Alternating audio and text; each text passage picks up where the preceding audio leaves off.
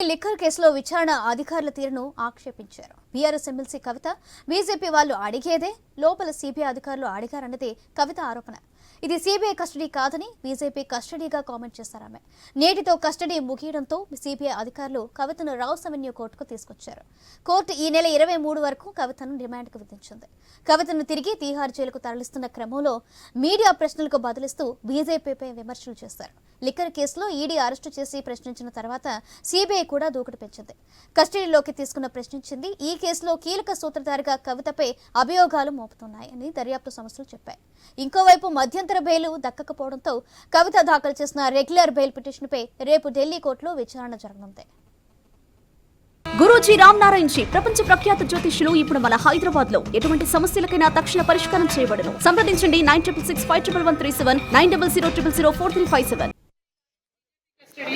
బయట బీజేపీ వాళ్ళు మాట్లాడేది లోపల సిబిఐ వాళ్ళు కూడా అడుగుతున్నారు. అడిగిందే అడుగుతున్నారు. 2 నెలల నుంచి నథింగ్ న్యూ.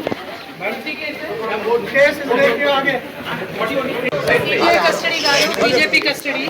బయట బీజేపీ వాళ్ళు మాట్లాడేది లోపల సిబిఐ వాళ్ళు కూడా అడుగుతున్నారు. అడిగిందే అడుగుతున్నారు. 2 నెలల నుంచి నథింగ్ న్యూ. కస్టడీ కాదు, బీజేపీ కస్టడీ. బయట బీజేపీ వాళ్ళు మాట్లాడేది లోపల సిబిఐ వాళ్ళు కూడా అడుగుతున్నారు. అడిగిందే అడుగుతున్నారు. 2 నెలల నుంచి నథింగ్ న్యూ. కస్టడీ కాదు, బీజేపీ కస్టడీ. బయట బీజేపీ వాళ్ళు మాట్లాడేది లోపల సిబిఐ వాళ్ళు కూడా అడుగుతున్నారు. అడిగిందే అడుగుతున్నారు. 2 నెలల నుంచి నథింగ్ న్యూ. కస్టడీ కాదు, బీజేపీ కస్టడీ. బయట బీజేపీ వాళ్ళు మాట్లాడేది లోపల సిబిఐ వాళ్ళు కూడా అడుగుతున్నారు. అడిగిందే అడుగుతున్నారు. 2 నెలల నుంచి. ఢిల్లీ లిక్కర్ కేసులో విచారణ అధికారుల తీరును ఆక్షేపించారు బీఆర్ఎస్ ఎమ్మెల్సీ కవిత. బీజేపీ వాళ్ళు అడిగేదే లోపల సీబీఐ అధికారులు అడిగారనేది కవిత ఆరోపణ.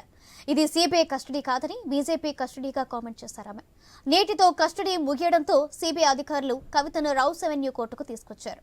కోర్టు ఈ నెల 23 వరకు కవితకు రిమాండ్ విధించింది. కవితను తిరిగి తీహార్ జైలుకు తరలిస్తున్న క్రమంలో మీడియా ప్రశ్నలకు బదులిస్తూ బీజేపీపై విమర్శలు చేశారు. లిక్కర్ కేసులో ఈడీ అరెస్టు చేసి ప్రశ్నించిన తర్వాత సీబీఐ కూడా దూకుడు పెంచింది. కస్టడీలోకి తీసుకుని ప్రశ్నించింది. ఈ కేసులో కీలక సూత్రధారిగా కవితపై అభియోగాలు మోపుతున్నాయని దర్యాప్తు సంస్థలు వెల్లడించాయి. ఇంకోవైపు మధ్యంతర బెయిల్ దక్కకపోవడంతో కవిత దాఖలు చేసిన రెగ్యులర్ బెయిల్ పిటిషన్పై రేపు ఢిల్లీ కోర్టులో విచారణ జరగనుంది.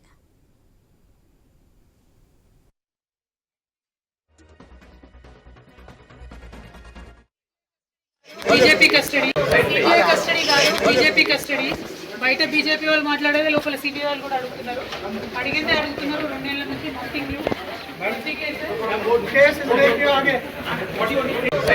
కస్టడీ కాదు, బీజేపీ కస్టడీ. బయట బీజేపీ వాళ్ళు మాట్లాడేది లోపల సిబిఐ వాళ్ళు కూడా అడుగుతున్నారు. అడిగిందే అడుగుతున్నారు. 2 నెలల నుంచి నథింగ్ న్యూ.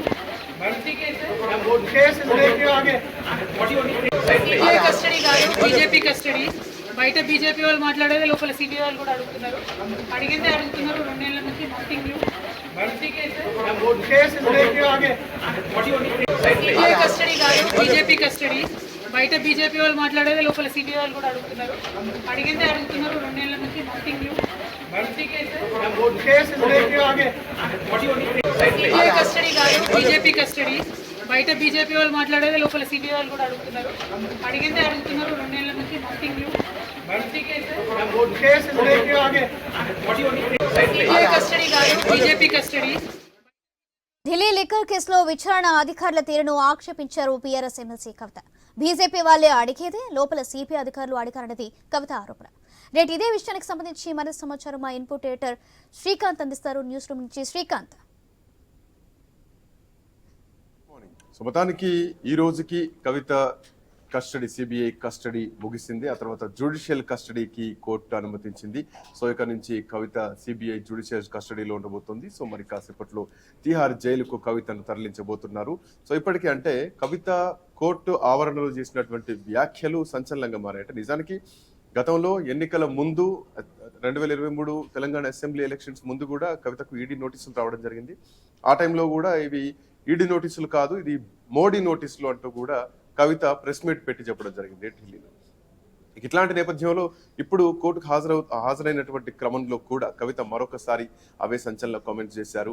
ఇది సిబిఐ కస్టడీ కాదు, ఇది బీజేపీ కస్టడీ అంటూ కూడా మాట్లాడుతున్నారు. 2 సంవత్సరాల నుంచి ఏమైతే ప్రశ్నలు అడుగుతున్నారో అవే ప్రశ్నల్ని మళ్ళీ ఈసారి కూడా అడుగుతున్నారు. దీంట్లో కొత్తదేం లేదు, చెప్పిన సమాధానాలే మళ్ళీ చెప్పాల్సి వస్తుంది. ఒక ఫాల్స్ కేస్ అంటూ కూడా కవిత మాట్లాడినటువంటి మాటల్లో మనం అర్థాన్ని వెతుక్కోవచ్చు. సో ఇట్లా నేపథ్యంలో కవిత ఇక నుంచి ఈ నెల 23 వరకు కూడా అటు జ్యుడిషియల్ కస్టడీలో ఉండబోతోంది. తిహార్ జైలుకు తరలించబోతున్నారు. నిన్న సిబిఐ కస్టడీకి అప్పగించిన తర్వాత మొదటిసారి కేటీఆర్ కవితతో భేటీ కావడం జరిగింది. ఒకవేళ సిబిఐ కస్టడీకి అనుమతించకపోతే కనుక ఈ రోజు బెయిల్ పిటిషన్ పైన బెయిల్ పిటిషన్ వేయాలన్నటువంటి ఉద్దేశంతో కూడా తన న్యాయవాదితో చర్చించినట్టుగా సమాచారం. బట్ ఈ రోజు సిబిఐ కస్టడీకి జ్యుడిషియల్ కస్టడీ ఇచ్చినటువంటి నేపథ్యంలో ఇప్పట్లో బెయిల్ పిటిషన్కి వెళ్లే అవకాశాలు ఉన్నాయి. ఇంకొక వైపు సిబిఐ కస్టడీ 23కు ముగుస్తుంది. ఇప్పటికే ఈ కేసులో ఈడీ కస్టడీలో జ్యుడిషియల్ కస్టడీలో ఉన్నటువంటి కవిత ఈడీ జ్యుడిషియల్ కస్టడీ కూడా 23తోనే ముగుస్తుంది. సో ఇక నుంచి అటు ఈడీ ఇటు సిబిఐ ఈ ఇద్దరు కూడా తిహార్ జైల్లో కవితను ప్రశ్నించడానికి సిద్ధమవుతున్నారని చెప్పడంలో ఎట్లాంటి సందేహం లేదు. మరొక వైపు ఇదే కేసులో ఇప్పటికే అటు అరవింద్ కేజ్రీవాల్ ఢిల్లీ ముఖ్యమంత్రి కూడా అరెస్ట్ అయి ఉన్నారు ఈడీ కేసులో. ఇక ఆయన కూడా తొందరలోనే సిబిఐ కూడా అరెస్ట్ చేసే అవకాశాలు ఉన్నట్టుగా బలమైనటువంటి వార్తలు వినిపిస్తున్నాయి. ఢిల్లీ రాజకీయాల్లో కూడా ఈ అంశం బలంగా వినిపిస్తోంది.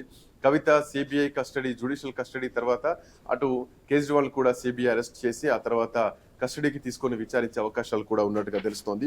దీంట్లో ప్రధానంగా కవితను ఇప్పటి వరకు మనం గత 1.5 year నుంచి మాట్లాడుతున్నటువంటి అంశాలకు డెవలప్మెంట్ గా ఇప్పటికే అటు అరుణ్ రామచంద్ర పిల్లై కానీ, శరత్చంద్రారెడ్డి కానీ, మాగుంట శ్రీనివాసులు వాళ్ళ అబ్బాయి మాగుంట రాఘవ కానీ, ఇటు గోరంట్ల బుచ్చిబాబు కానీ, సౌత్ గ్రూప్ సంబంధించినటువంటి వీళ్లతో పాటు అటు ఢిల్లీ కేంద్రంగా ఉన్నటువంటి మిగతా వ్యక్తులు ఎవరైతే ఉన్నారో వాళ్ళందరినీ కూడా విజయ్ నాయర్ మెయిన్ గా దీంట్లో ప్రధాన సూత్రధారిగా ఉన్నారు. ఆమ్ ఆద్మీ పార్టీకి చెందినటువంటి నాయకులు మరి ముఖ్యంగా అటు ఢిల్లీకి ఇటు సౌత్ గ్రూప్ కు మధ్యలో సంధానకర్తగా విజయ్ నాయర్ ఉన్నారు. ఆయన్ని కూడా ఈ కేసులో ఇప్పటికే ప్రశ్నించడం జరిగింది. ఈడీ కూడా సేమ్ ఇవే అభియోగాలు ఇవే సాక్ష్యాలని కోర్టు ముందు ప్రొడ్యూస్ చేయడం జరిగింది. ఇప్పుడు సిబిఐ కూడా ఇవే వాదనలు వినిపించడం జరిగింది. సో ఈ ప్రశ్నలన్నీ కవితను అడుగుతున్నటువంటి క్రమంలో కవిత చెప్పిన సమాధానాలు చెప్తున్నారు, సరైన సమాధానాలు ఇవ్వట్లేదు, సిబిఐకి సపోర్ట్ చేయట్లేదు అంటూ కూడా సిబిఐ తరపున వినిపిస్తున్నటువంటి వాదన. సో రేపు ఇంకోవైపు రెగ్యులర్ బెయిల్ పిటిషన్ పైన కూడా విచారణ జరగబోతోంది. ఇట్లా నేపథ్యంలో కవిత బెయిల్ పిటిషన్ ఒకవైపు కస్టడీ ఉన్నటువంటి క్రమంలో బెయిల్ పిటిషన్ కోర్టు ఎంతవరకు తీసుకుంటుంది లేదంటే తిరస్కరిస్తుందా అన్నది కూడా చూడాల్సినటువంటి అవసరం ఉంది. ఎందుకంటే అది కోర్టు పరిధిలో ఉంది కాబట్టి. సో ఇట్లాంటి నేపథ్యంలో ఇక్కడ చాలా కీలకమైనటువంటి అంశాలు మనం ఇక్కడ మెయిన్ గా డిస్కస్ చేసుకోవాలి.